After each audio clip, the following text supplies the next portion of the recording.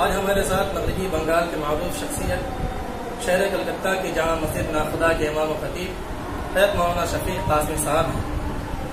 مولانا قاسمی صاحب کی شخصیت کسی تعارف کا محتاج نہیں ہے۔ وہ جس طرح دینی و ملی حلقوں میں شہرت رکھتے ہیں، سماجی و سیاسی اعتبار سے بھی اپنی مضبوط پہچان بنائے ہوئے ہیں۔ آج ہم مولانا سے ملک و ملت کے حالات پر گفتگو کریں گے۔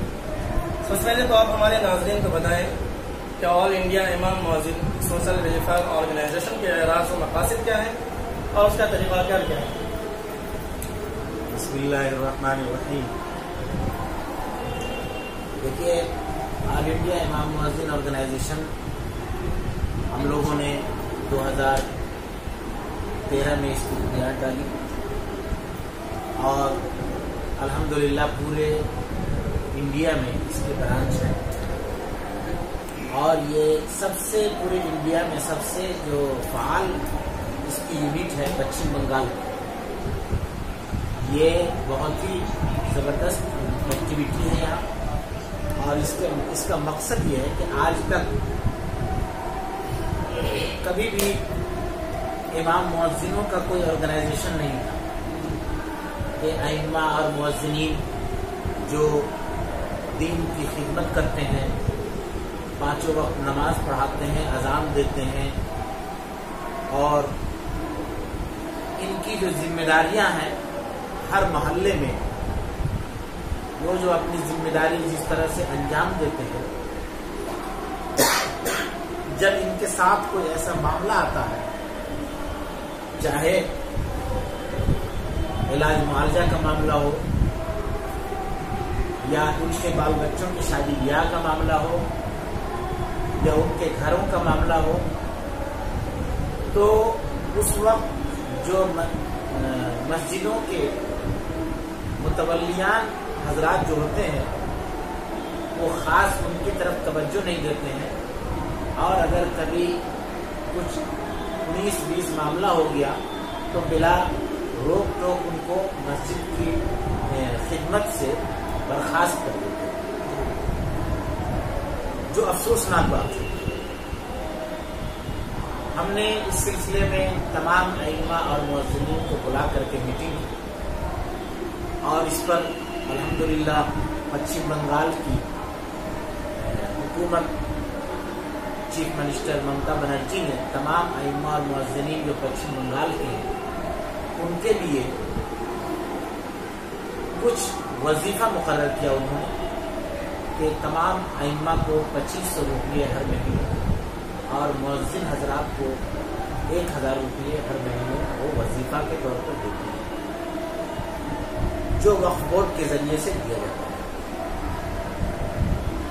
اس کا سب سے بڑا فائدہ یہ ہوا کہ گاؤں گرام میں یا ایسی جگہوں میں جہاں مسجد ویران تھی، جہاں اذان نماز نہیں ہو رہی تھی، وہ مسجد آباد ہو گئی اور وہاں لوگ نماز پڑھنے لگے، مسجد کی صاف صفائی ہونے لگی، مسجد اپنی اصل شکل و شباہت میں کھلنے لگا، اور امام مؤذن کی اہمیت بھی لوگوں کی نظر میں بڑھنے لگی۔ ابھی ہم لوگ آل انڈیا امام مؤذن آرگنائزیشن کے بینر سے بہت سارا سوشل کام بھی کرتے ہیں۔ پہلا کام یہ ہے کہ ہم تمام ائمہ اور مؤذنین کی ہر سال ایک ٹریننگ کرتے ہیں، جس ٹریننگ میں ان کی ذمہ داری کیا ہے، سماج میں ان کو کیسے رہنا چاہیے، اور سماج میں کن کن چیزوں میں ان کو شرعی طور پر سماج کی نمائندگی کرنی چاہیے، ان کو مسئلے مسائل بتانی چاہیے، دین کی باتیں بتانی چاہیے، اس کے لیے ٹریننگ دیتے ہیں۔ دوسری چیز یہ ہے کہ ہم اپنے ائمہ کو ڈیزاسٹر مینجمنٹ کی بھی ٹریننگ دیتے ہیں۔ ڈیزاسٹر مینجمنٹ کا مطلب یہ ہے کہ کہیں آپ کے محلے میں سیلاب آ گیا اچانک سے، اس وقت آپ ملک کے اپنے قوم کو ملت کو کیسے بچا پائیں، جو ضعیف ہیں، بچے ہیں، عورتیں ہیں، اس کی بھی ٹریننگ ہم دیتے ہیں۔ اور اس کے علاوہ جیسے کہیں آگ لگ گیا، اس میں جو لوگ پھنس جاتے ہیں ان کو کیسے نکالا جائے. 4 منزلہ بلڈنگ ہے، 5 منزلہ بلڈنگ ہے، تو اس سے کیسے نکالا جائے، اس پر قابو کیسے پایا جائے، ان سب چیزوں کی بھی ٹریننگ دیتے ہیں. اور الحمدللہ 2013 سے لے کر آج 2018 تک جتنے بھی آسمانی آفت ہو یا زمینی آفت ہو، جہاں بھی اس طرح کے معاملات آئے ہیں، پچھم بنگال میں سیلاب آیا 2014 میں، ہمارا آل انڈیا امام مؤذن آرگنائزیشن نے کافی مقدار میں چاول، چورا، چنا، گڑ، ترپال، پینے کا پانی اور نئے کپڑے استعمال کے لیے پچھم بنگال کے تمام اضلاع میں ہمارے یونٹ میں سیلاب زدہ لوگوں کو ریلیف کا کام کیا. امام صاحب، ماشاء اللہ آپ انڈین اسلامک سینٹر کے بھی چیئرمین ہیں. اور آپ کو ایک بات اور بتا دوں، اسی کے ساتھ ہمارا ایک انڈین اسلامک سینٹر بھی ہے جس کا میں چیئرمین ہوں، اس کے بارے میں آپ پوچھ رہے ہیں. وہ بھی ہمارے ساتھ ہے اس معاملے میں. انڈین اسلامک سینٹر بھی. انڈین اسلامک سینٹر کا کام یہ ہے کہ مسلمانوں کے تعلیمی معاملے میں ان کی مدد کرنا اور ملی مسائل میں بھی ان کی مدد کرنا. وہ غریب بچے جو پڑھنے میں مالی طور پر کمزور پڑ جا رہے ہیں، جن کو ہیلپ نہیں مل رہا ہے، ہمارا انڈین اسلامک سینٹر اس کے ذریعے سے ہم ان کی مدد کرتے ہیں. ان کو کتاب، کاغذ، پینسل اور بھی تعلیم کے میدان میں جو پیسے خرچ ہوتے ہیں، جہاں تک ممکن ہوتا ہے ہم اس ٹرسٹ کے ذریعے ہم لوگوں کو مدد کرتے ہیں. اور اس کے ذریعے سے ہمارا پلان ہے کہ مستقبل میں انشاءاللہ ایک بہت بڑا اسلامک طرز کا ایک اسکول کھولنے جا رہے ہیں، جس کے لیے ہم نے تقریباً 9 بیگھہ زمین دیکھ رکھا ہے. جو بنیادی طور پر پیسے کے معاملے کو لے کر کے کچھ باتیں یہ ہو رہی ہے. یہ معاملہ اگر طے پا گیا تو انشاءاللہ وہ 9 بیگھہ زمین لے کر کے اس پر ایک اچھی سی عمارت بنے گی اسکول کی، اور اس پر ایک بڑا اسکول بنانے کا ارادہ ہے. امام صاحب، اس وقت پورے ملک میں مسلمانوں کی موجودہ صورتحال بہتر نہیں ہے. بنگال میں مسلمانوں کی کیا پوزیشن ہے اور آنے والے وقت میں بنگال کی سیاست میں مسلمانوں کا کیا کردار رہے گا؟ دیکھیے، پورے بھارت میں اس وقت جو سیاسی صورتحال ہے اور مسلمانوں کے جو حالات ہیں، جہاں جہاں بی جے پی کی حکومت ہے وہ 2 کمیونٹی کو بہت زیادہ ٹارگٹ کر رہی ہے. ایک مسلمان، دوسرے دلت.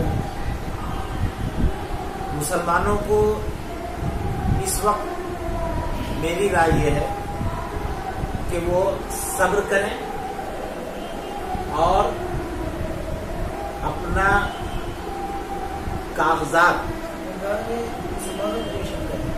بنگال میں جو مسلمانوں کی پوزیشن ہے یہ دیگر تمام ریاستوں سے بہتر ہے، اور یہاں اس طرح کا کوئی بھید بھاؤ نہیں ہے. آنے والے وقت میں بنگال کی سیاست میں مسلمانوں کا کیا کرنا ہے؟ بنگال کی سیاست میں مسلمانوں نے ہی ہمیشہ نمایاں کردار ادا کیا، اور انشاءاللہ آئندہ 2019 میں بھی اس کا بہت ہی نمایاں رول ہوگا، اور اس کا اثر 2019 کے بعد دیکھنے کو ملے گا. ماشاءاللہ بنگال میں ایک مرکزی مقام پر ہے اور بنگال کی مرکزی مسجد خدا کے امام ہیں. اس مسجد سے مسلمانوں کی دینی و ملی قیادت بھی کی جاتی ہے. آپ ہمارے ناظرین کو بتائیں کہ بنگال میں مسلمانوں کی دینی، ملی، سماجی اور سیاسی حیثیت کیا ہے؟ بنگال میں مسلمان مذہبی طور پر بہت مضبوط ہیں، اور یہاں دینی جذبہ بھی لوگوں میں بہت ہے. ملت کا جہاں تک معاملہ ہے، ملی کام بھی یہاں الحمدللہ بہت اچھا ہو رہا ہے. یہاں بہت سارے NGO جو تعلیم کے میدان میں کام کر رہے ہیں، پچھلے سال، یہ اسی سال کی بات ہے، 2018 میں ایک ملی الامین مشن ہے جہاں سے 450 مسلم لڑکے لڑکیاں میڈیکل میں آئے ہیں، اور اس سے پہلے 200 کچھ آئے تھے. تو یہ بہت بڑی بات ہے کہ پچھم بنگال میں 1500 کوٹا میں 450 مسلمان لڑکے لڑکیاں میڈیکل میں مطلب ایگزام دے کر کے پاس کر کے آئے بغیر کسی اس کے جو گورنمنٹ کے سسٹم سے آتا ہے. یہ بہت بڑی بات ہے. یہ مسلمانوں کے تعلیمی معیار تعلیم کا معیار آگے بڑھتا ہوا نظر آ رہا ہے.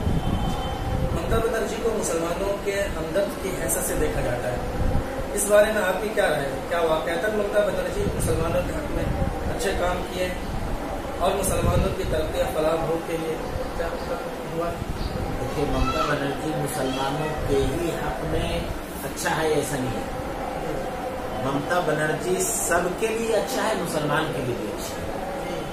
کام میں کہا جاتا ہے کہ مسلمان نہیں، وہ صرف مسلمانوں کے لیے ہی کام نہیں کر رہی ہیں، وہ سب کے لیے کام کر رہی ہیں. اس میں مسلمان کا بھی کام ہے، اور حقیقت میں سب کا ساتھ سب کا وکاس ممتا بنرجی ہی کر رہی ہے.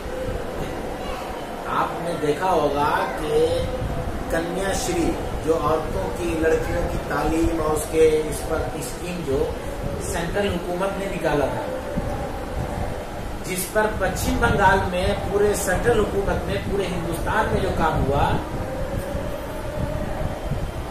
5000 کروڑ، اور پچھم بنگال میں جو کام ہوا ہے اکیلا ایک اسٹیٹ میں 60,000 سم تھنگ کروڑ. آپ اس سے اندازہ لگا سکتے ہیں کہ کنیا شری اسکیم پچھم بنگال میں کتنا کامیاب ہوا اور ممتا بنرجی نے کتنا ذمہ داری سے کام کیا، جس پر ممتا بنرجی کو یو نے ایوارڈ دیا. 2019 کا عام انتخاب قریب ہے، ایسے میں آپ مسلمانوں کو کیا مشورہ دینا چاہیں گے؟ کیا حکمت عملی طے کیے جائیں جس سے مسلمانوں کے ووٹ کی حیثیت باقی رہے؟ اس سلسلے میں عوام کے لیے آپ کا کیا پیغام ہے؟ سب سے پہلے تو 2019 سے پہلے ہم مسلمانوں کو یہی پیغام دیتے ہیں کہ ابھی ووٹر لسٹ کا کام چالو ہے. جن لوگوں کا نام ووٹر لسٹ میں نہیں ہے اور 2019 جنوری سے پہلے جو لوگ 18 سال کے ہو جا رہے ہیں، ان لوگوں کو تمام لوگوں کو چاہیے کہ اپنا ووٹر لسٹ میں نام لکھوائیں، اور ووٹر لسٹ کا نام جب مکمل ہو جائے اس کے بعد اوستھا دیکھ کے ویوستھا کریں گے. 2019 میں دیش کے لیے کون سی پارٹی مفید ہے جنتا خود فیصلہ کرے گی، اس سے قبل کوئی بات کہنا مناسب ہے. خدایا آرزو میری یہی ہے، میرا نور بصیرت عام کر دے.